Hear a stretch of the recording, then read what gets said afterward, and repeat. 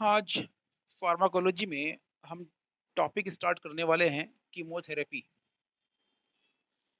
Chemotherapy क्या मतलब होता है, किसे कहते हैं, बहुत इंपॉर्टेंट टॉपिक है फार्माकोलॉजी का। और यहाँ एकेटीयू में बी फार्म थर्ड ईयर में ये एंटीबायोटिक्स में टॉपिक है। सबसे पहले कीमोथेरेपी की डेफिनेशन क्या है, जैसे आप देख रहे हैं यहाँ पे chemotherapy. It denotes systemic treatment of specific infective condition or by drugs of known chemical structure which injure the invading organism without or serious injury to the host। क्या है भाई, ये स्पेसिफिक इन्फेक्टिव कंडीशंस का systemic treatment है उन drug से जिनकी chemical structure known है, जो हमें पता है। और जो कीमोथेरेपेटिक एजेंट्स हैं, जो ड्रग्स हैं, ये केवल इनवेडिंग ऑर्गेनिज्म को ही इंजर करती है। इनका जो इफेक्ट होता है वो केवल इनवेडिंग जो ऑर्गेनिज्म हैं, जो माइक्रोब्स हैं, जो बैक्टीरिया हैं, जो माइक्रो ऑर्गेनिज्म हैं, उन्हीं को ये केवल किल करती हैं या उनकी ग्रोथ को प्रिवेंट करती हैं। बाकी जो जो होस्ट होती है, जो ह्यूमन बींग्स का जो ऑब्जेक्ट है, उस पे इनका कोई सीरियस इफेक्ट नहीं होता, कोई इंजरी नहीं होती होस्ट पे। ये कीमोथेरेपी। तो these drugs are known as chemotherapeutic agents और एंटी माइक्रोबियल एजेंट्स। इनको हम क्या कहते हैं, कीमोथेरेपेटिक एजेंट्स या एंटी माइक्रोबियल एजेंट्स इनको कहते हैं। दूसरा इसमें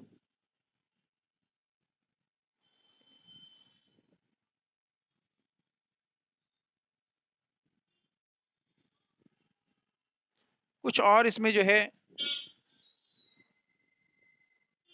डेफिनेशंस हैं, जैसे एंटीबायोटिक्स। एंटीबायोटिक्स क्या है भाई? Antibiotics are the chemical substances produced by microorganisms like actinomycetes, fungi, or bacteria that suppress the growth of other microorganisms and may eventually destroy them. And the phenomena of one type of microorganism being antagonized by another type is known as antibiosis। ये क्या है भाई? ये वो medicine हैं जो micro organism से ही produce होती हैं। नेक्स्ट जो है डेफिनेशन हम देखें, बैक्टीरियोस्टैटिक एजेंट। बैक्टीरियोस्टैटिक एजेंट्स क्या है भाई? ये static means prevent the growth. These drugs do not kill the bacteria but reversibly inhibit the growth of and multiplication of bacteria in therapeutic concentration। ये क्या करते हैं भाई? ये बैक्टीरिया को किल नहीं करती हैं मेडिसिन, बट क्या करती हैं, उनकी ग्रोथ को प्रिवेंट कर देती हैं, ग्रोथ को इनहिबिट कर देती हैं उनकी जो है बैक्टीरिया की, और बल्कि जो जो कि रिवर्सिबल होती है। तो देन इसमें फॉर एग्जांपल सल्फोनामाइड्स, टेट्रासाइक्लिन्स, हम इनके मैकेनिज्म ऑफ एक्शन भी पढ़ेंगे। नेक्स्ट जो डेफिनेशन है, that is bactericidal agents. Bactericidal agents क्या भी? Cidal mean to kill. यहाँ पे क्या है कि they irreversibly damage and kill the susceptible bacteria. ये क्या करते हैं भाई? Irreversibly damage and kill the susceptible bacteria. यहाँ पे जो चेंजेस आते हैं, जो बैक्टीरिया जो किल होते हैं, वो इरिवर्सिबल इसका इफेक्ट होते हैं। For example penicillins, cephalosporins, aminoglycosides, isoniazid etcetera. यहाँ पे नेक्स्ट हम देखें इसमें, now mechanism of action of chemotherapeutic agents.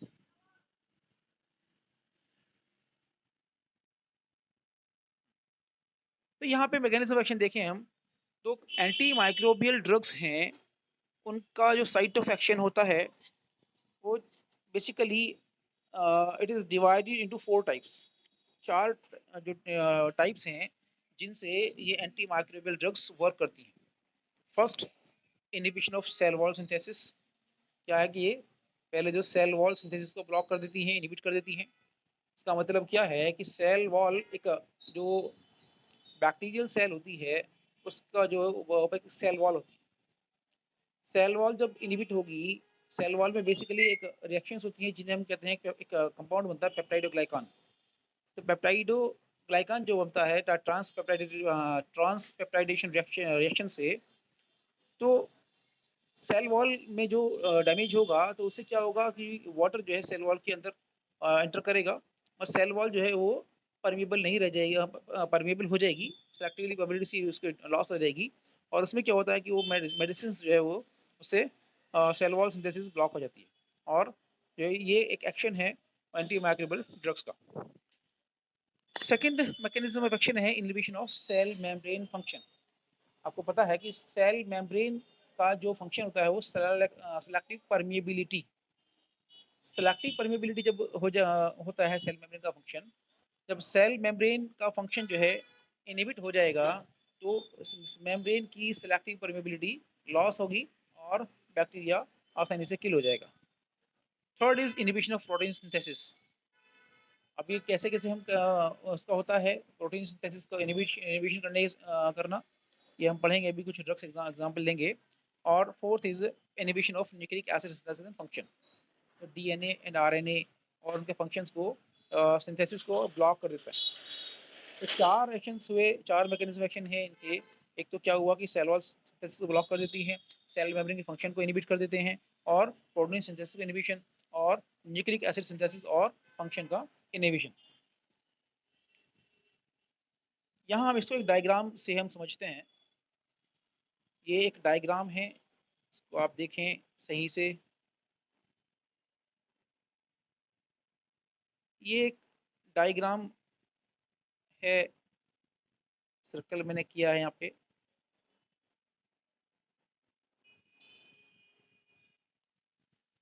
ये ऊपर देखें आप, ये cell wall, this is cell wall, this is cell membrane, this is ribosome, these are the sites of protein synthesis, and this is nucleic acids।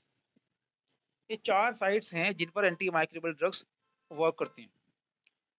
तो इसमें या तो cell wall के सिंथेसिस को ब्लॉक कर दिया जाए, या सेल मेम्ब्रेन के फंक्शन को इनहिबिट कर दिया जाए, या राइबोसोम जो है या प्रोटीन सिंथेसिस को ब्लॉक कर दिया जाए, या न्यूक्लिक एसिड सिंथेसिस को जो है या उसके फंक्शन को ब्लॉक कर दिया जाए। तो इस केसेस में, चारों ही केस में, बैक्टीरिया या एंटी माइक्रोब्स हैं वो अपना उनका फंक्शन लॉस हो जाएगा। नेक्स्ट आगे हम चलते हैं।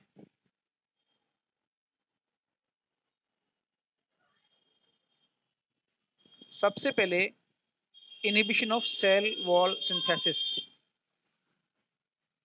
Inhibition of cell wall synthesis.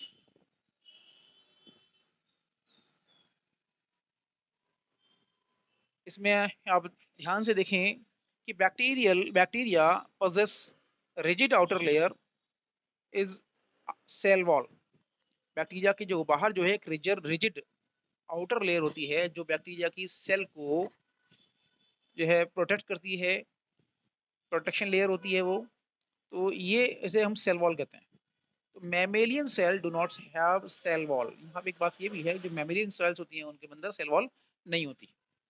तो cell wall give shape to the bacteria and protect vital organs. Cell wall क्या करती है भाई, एक तो बैक्टीरिया को शेप देती है, और जो वाइटल ऑर्गन्स हैं, जो इंटरनल ऑर्गन्स हैं बैक्टीरिया के, उनको भी प्रोटेक्ट करती है। अगर यहाँ पे हम देखें सेल वॉल सिंथेसिस अगर इम्परफेक्ट होगा, जो कि हमने मैकेनिज्म एक्शन के बारे में पढ़ा हमने, जो एंटीबायोटिक्स करती हैं, तो अगर सेल वॉल सिंथेसिस इम्परफेक्ट होगा तो बैक्टीरियल सेल जो है वाटर एब्जॉर्ब कर लेगी ऑस्मोसिस से और बर्स्ट हो जाएगी। तो damaging of cell wall also. अब एक चीज और भी इसमें यहाँ पे है, सेल वॉल को डैमेज करने से एक चीज और क्या होगी, damaging damage of cell wall also activation of autolytic enzymes and lysis of cells. तो यहाँ पे क्या होगा, अगर सेल वॉल सिंथेसिस अगर इम्परफेक्ट होगा तो से बैक्टीरियल सेल जो है वो वाटर एब्जॉर्ब करके बस्ट हो जाएगी। दूसरा क्या है कि उसमें क्या होगा कि ऑटोलिटिक जो एंजाइम्स हैं वो भी एक्टिवेट हो जाएंगे, और सेल को लाइसिस जो उसको हो जाएगा। तो यहाँ पे सेल वॉल बिल्कुल डैमेज हो जाएगी और बैक्टीरिया भी यहाँ से किल हो जाएगा। इसके बाद भी हम देखें,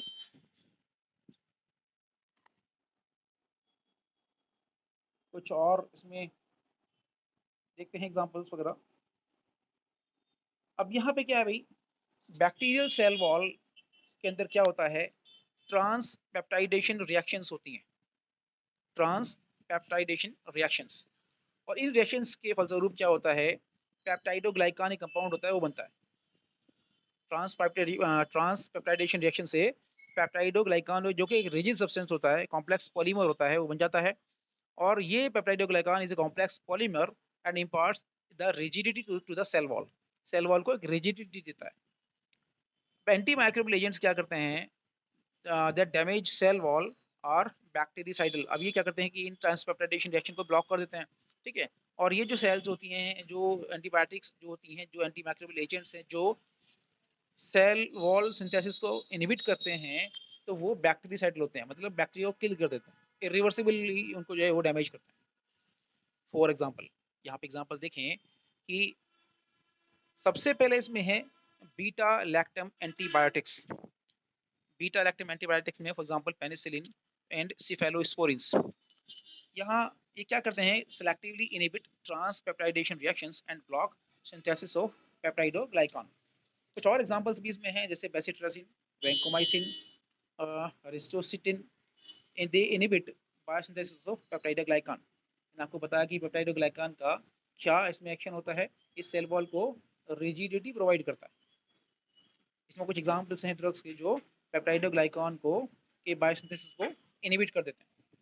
नेक्स्ट इसमें है साइक्लोसेरिन। साइक्लोसेरिन क्या है भाई, ये एक स्ट्रक्चरल एनालॉग है डी एलेनिन का, structural analog of D alanine. This blocks incorporation of D-alanine in peptide chain of peptidoglycan। इसका भी ये क्या करता है भी, साइक्लोसेरिन भी जो पेप्टाइडोग्लाइकान के अंदर जो है वो पेप्टाइड चेन में डी एलेनिन के इनकॉर्पोरेशन को ब्लॉक कर देता है, जो कि डी एलेनिन क्या है कि स्ट्रक्चरल एनालॉग होता है बैक्टीरियल सेल। देन दूसरा हम देखें इसमें inhibition of cell membrane function, inhibition of cell membrane function. लगता है आपको कि सेल मेम्ब्रेन का जो फंक्शन जो है इनहिबिट होगा, तो क्या होगा कि cell membrane act as selective permeable barrier and controls the internal composition of cell. अब यहाँ की functional integrity of cell membrane is essential for a living cell. Cell membrane का फंक्शन बेसिकली क्या होता है, सेलेक्टिवली परमिएबल होती है। Means जो न्यूट्रिशनल सब्सटेंसेज जो सेल को रिक्वायर्ड होते हैं और जो सेल मेम्ब्रेन को क्रॉस करते हैं वही क्रॉस करते हैं, otherwise larger molecules they does not do not cross the cell membrane. तो यहाँ पे जो सेल मेम्ब्रेन जो का ये फंक्शन होता है। अब यहाँ अगर ये जो एंटी माइक्रोबियल एजेंट्स हैं ये क्या करते हैं, ये सेल मेम्ब्रेन के फंक्शन को इनहिबिट करते हैं। For example polymyxin. पॉलीमिक्सिन क्या करता है, selectively act against gram negative bacteria whose membranes are rich in phosphatidyl ethanolamine। ये क्या करता है अभी, ये ग्राम नेगेटिव बैक्टीरिया के अगेंस्ट काम करता है। और कुछ एग्जांपल्स में देखें, पोलिन एंटीबायोटिक्स। पोलिन एंटीबायोटिक्स में for example nystatin, amphotericin B, they are selectively act against fungi whose membrane contain ergosterol। ये कुछ ये एंटी फंगल एजेंट्स भी हैं, हम कह सकते हैं कि जो पोलिन एंटीबायोटिक्स हैं, ये निस्टाटिन है, एम्फोटेरिन भी है। तो ये क्या करते हैं अभी, जो जिसकी मेम्ब्रेन के अंदर एर्गोस्टेरोल होता है फंजाई, उसके अगेंस्ट ये काम करते हैं। देन इसके बाद में हम देखें नेक्स्ट इसमें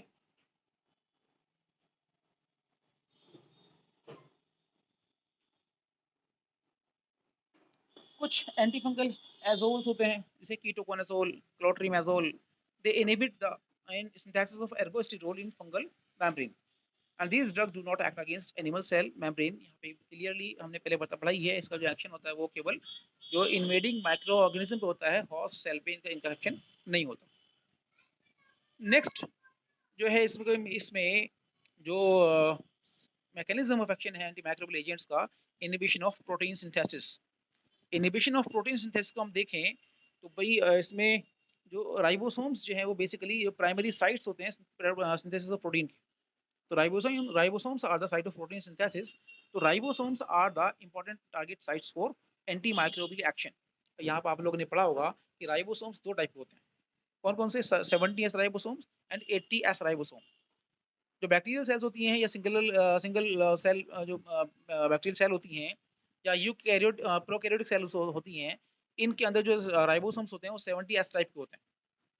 अब 70 एस टाइप के राइबोसोम को हम देखें तो यहाँ मैं एक स्ट्रक्चर बना के आपको दिखा देता हूँ यहाँ पे कि 70 एस राइबोसोम जो होते हैं, बेसिकली राइबोसोम का जो स्ट्रक्चर कैसा होता है, ये इस टाइप का होता है, ये एक इस टाइप का होता है। एक जो है, ये तो हुआ आपका जो है स्मॉलर सब यूनिट और ये लार्जर सब यूनिट। अगर हम बात करते हैं इस 70 राइबोसोम की, अगर ये जो है, तो ये जो है ये 30s का होगा और ये जो है 50s की यूनिट होती है, 50s। तो